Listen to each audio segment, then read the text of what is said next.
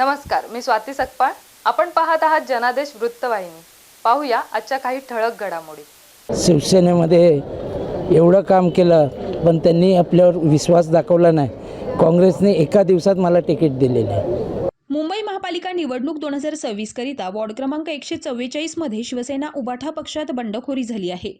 काँग्रेस पक्षाच्या तिकिटावर शशिकांत पाटील यांनी वॉर्ड क्रमांक 144 मधून आपला उमेदवारी अर्ज दाखल केलाय. सदर वॉर्डमधून शिवसेना उबाठा पक्षानं निमेश भोसले यांना उमेदवारी दिल्याने पक्षाशी एकनिष्ठ राहूनही आपल्याला उमेदवारी न मिळाल्याने नाराज झालेल्या शशिकांत पाटील यांनी शिवसेना उबाठा पक्षाची मशाल खाली ठेवत काँग्रेस पक्षाचा हात हातात घेऊन वॉर्ड क्रमांक 144 मधून आपला उमेदवारी अर्ज दाखल केला आहे. शिवसेनेमध्ये एवढं काम केलं, पण त्यांनी आपल्यावर विश्वास दाखवला नाही. काँग्रेसने एका दिवसात मला तिकीट दिलेलं आहे. आपलं पाण्याचे असणार, स्वच्छता, प्रदूषण, गार्डन हे मुद्दे आपले असणार.